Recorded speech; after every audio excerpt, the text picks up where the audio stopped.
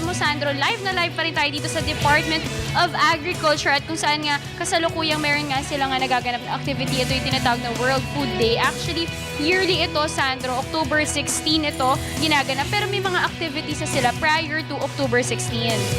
And of course, para bigyan tayo ng information about this, makakasama po natin this morning ating very special guest, si Director Noel Reyes, Director ng Department of Agriculture Information Service. Good morning, Director. Good morning, Diane and Sandro.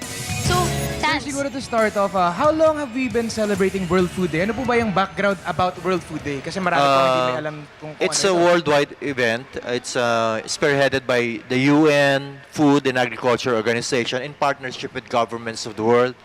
Kasama na ang Pilipinas through the Department of Agriculture. This has been a yearly thing since 1990, and October 16 is the day FAO was organized in Rome. So ito yung pinaka celebration every year para i-promote yung awareness towards hunger and malnutrition in the world. And the FAO calls on every governments of the world, the departments of agriculture and fisheries all over the world to do policies and programs towards reducing hunger and malnutrition. So, October 16 po yung mismong World Food Day. Pero Yes, it is. prior to this, meron na po tayong mga activities na ginagawa. Tulad po ngayon, may kasalukuyan may nagaganap na activity. Maaari niyo po bang kwentuhan because a lot of our viewers are not really aware of this World Food Day. So, ano po yung mangyayari today po muna? Yes, itong opening program ng week-long celebration spearheaded by DA and FAO and DA Family Bureaus Attached Agencies.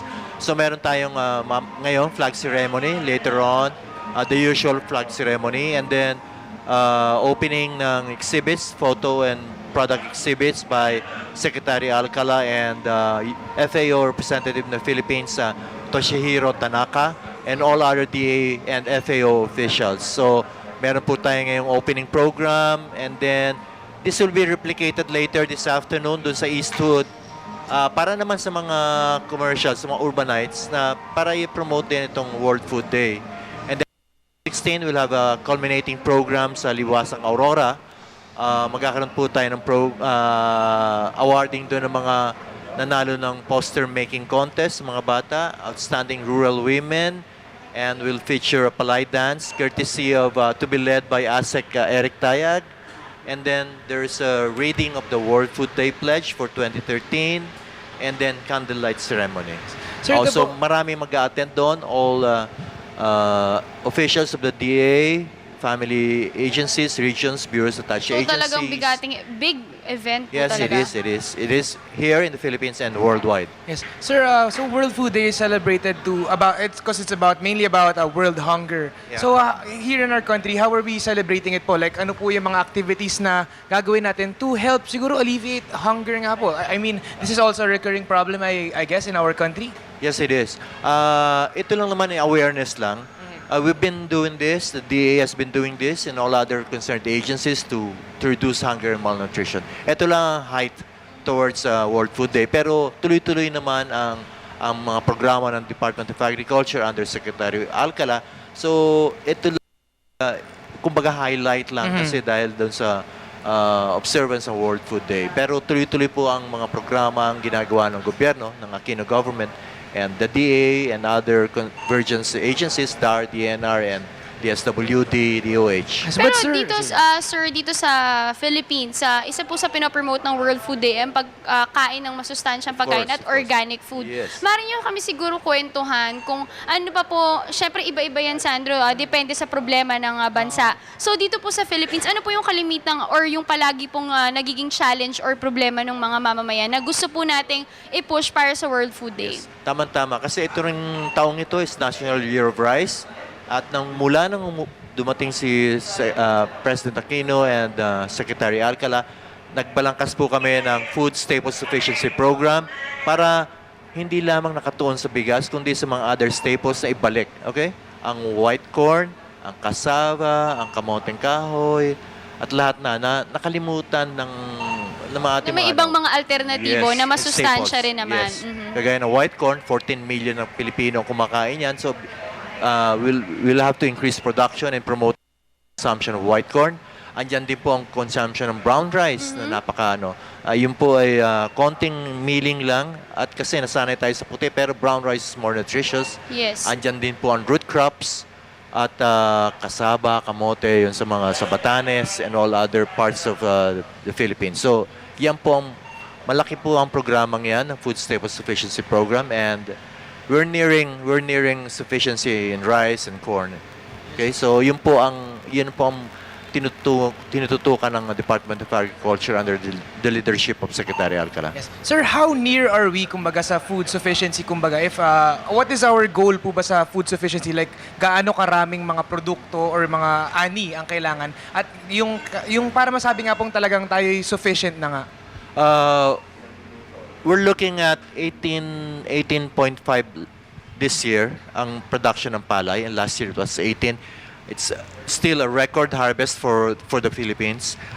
Under the Food Staple Sufficiency Program, we're looking at 20 million metric tons. Pero this year siguro di makukuha yun, pero next year malamang. Okay, pero sufficiency-wise, ano na tayo percent kasi meron pa tayong mga inventaryo eh. So yung production man is 18.5, mababa man, pero meron tayong carry-over stocks that will last us for about 74 days come 2014 January. So, sufficiente po tayo. Huwag lang po tayong tatamaan rin ng mga malalakas na bagyo at bababa naman yung stocks pero meron pa rin po stocks available. And hopefully, hindi masyadong tinamaan ng harvest ngayon sa Nueva Ecija pero may tinamaan din. Sana may ma-recover din na palay ang mga ating mga magsasaka. Pero tutulungan po ng Department of Agriculture. Again, meron po tayong mga post-harvest facilities, nandiyan po National Food Authority, and this time, laging po ganyan, may programa sila para yung ipatuyo yung palay na naanin nila through our mechanical dryers, through the National Food Authority. At least, Sandro, na-confirm mismo ni Director Reyes na talagang sufficient ang ating bansa. Dahil, di ba, parang kamakailan nung naalala mo na nagkaroon ng issue kung saan nag-panic buying yung mga tao na nagpunta sila sa Commonwealth Market na bili kagad ng mga bigas. Nila yung mga Oo, so at least nakakatuwa na malaman natin na sufficient po. Yun, pero yun, kung para sa mga nanonood, no, mukhang staged yun eh. Just to create the situation scenario na may pagkukulang na sa totoo naman wala. Okay? So kami nakakalungkot 'yon, sabi nga ni Secretary, dahil mayroong mga tao na gustong ibaba or hatakin pababa ang para bang inaano yung mga tao na pina-prime na hindi gusto natin nila makuya. i-hoard yung nag-hoard sila kagad. Pero at least nalinaw niyo po. Nakakalungkot na wala pong ganong klase. At sufficiente po ang natin. Andyan po National Food Authority. Meron po tayong bigas, sufficient. Tapos sa reasonable prices. Okay? Pero sir, gusto kong mabalik, speaking of reasonable prices, kasi pinupush natin dito sa World Food Day ang pagkain ng organic. Pero Sandro, alam naman natin na it's quite expensive. More expensive. Ano pong compared pwede to nating siguro advice sa mga viewers natin, lalo ng mga boss natin dyan, na gusto rin namin po talaga nila maging healthy rin, pero yung mga wala ring budget po masyado. Siyempre. Meron po naman tayo mga talagang mga affordable nutritious food. Yan po, ibabalikan na natin yung kumbaga sana sa basics, no? Sa Department of Health, National Nutrition Council. So, involved sila ngayon. So, andyan po naman lagi yung food, balanced food diets natin na available. Gulay, isda, at ito, brown rice nga, at root crops. Okay? So, maraming choices na nutritious food available at affordable. Okay? Pero ito po sir, gaya na sabi nyo kanina about sa sufficiency naman po, and alam natin na napakalakas nga ng bagyong Santi and marami po daw ang mga natamaang mga probinsya. Ngayon po ba meron po ba yung update kung makaka-apekto nga po ito sa ating mga produktong pinoproduce sa ating bansa? Palagi ko naman hindi masyado, no? So, again, meron tayong laging quick response dyan. Andiyan po ang DA Central of Region 3 kay Director Andrew Villacorta. Malamang ay na minomonitor na nila, tina-evaluate yung extent ng damage at para malaman talaga kung anong tulong ang maibibigay ng Department of Agriculture in partnership with provinces, local governments na naapektuhan. So, yun po, governor, mga mayor. So, good news yan. Andyan po, makikipagtulungan po ang DA, handa po. Okay? Yes, good So, news yun, Dayan. Kasi alam naman natin na, kumbaga sila kakailanganin talaga nila. Ang DA ay paraging nandyan, handa na ngang ibigay yung tulong at ipaabot Yes. ka kanilang tulong sa mga nangangailangan. At Okay. pero Director, mabalik tayo dito sa World Food Day na nagaganap na activity ngayon. Paano po dun sa mga gusto pong mag-participate sa mga exhibits po ninyo? Or I believe may mga contests rin po kayo na magaganap. So, paano dun sa mga viewers natin na paano po ba sila mag-register? Sumadya lang po sila dito mula ngayon hanggang Biyernes. May product exhibits po, mga pagkain, lahat na. At may yung mga bureaus of touch agencies. Andun po may mga photo essay at may mga tao po sila para kung anong tulong mga gagawa at maihatid sa ating serbisyo sa general public ay yun po ay tutugunan nila. Okay? So, andyan po yan ang ating mga representatives ng DA family. Sir, siguro panghuli na lang po, mensahe pong nais nyo ipaabot sa ating mga manonood, mga activities na pwede po nilang salihan at yung schedule po ng mga mangyayari nga po dahil sa celebration ng World Food Day. Gusto ko lang sabihin yung pinaka-message ni Secretary Alcala. Siguro mamaya ay ma-interview din natin na the DA will continue to help reduce the incidence of hunger and malnutrition by empowering small farmers and fishers to increase their and incomes and encouraging them to adopt sustainable, environmentally friendly farming and fishing technologies. So, inaanyayahan po namin kayo na pumunta po rito sa DA para mag-participate po. Marami po tayong product exhibits and photo essays. So, again, maraming salamat po. Ayan, thank you so much. At inaanyayahan po natin ang lahat na sana makadalo sila dito sa Department of Agriculture para makisali nga dito sa World Food Day na nagaganap. Ito po ay week-long celebration.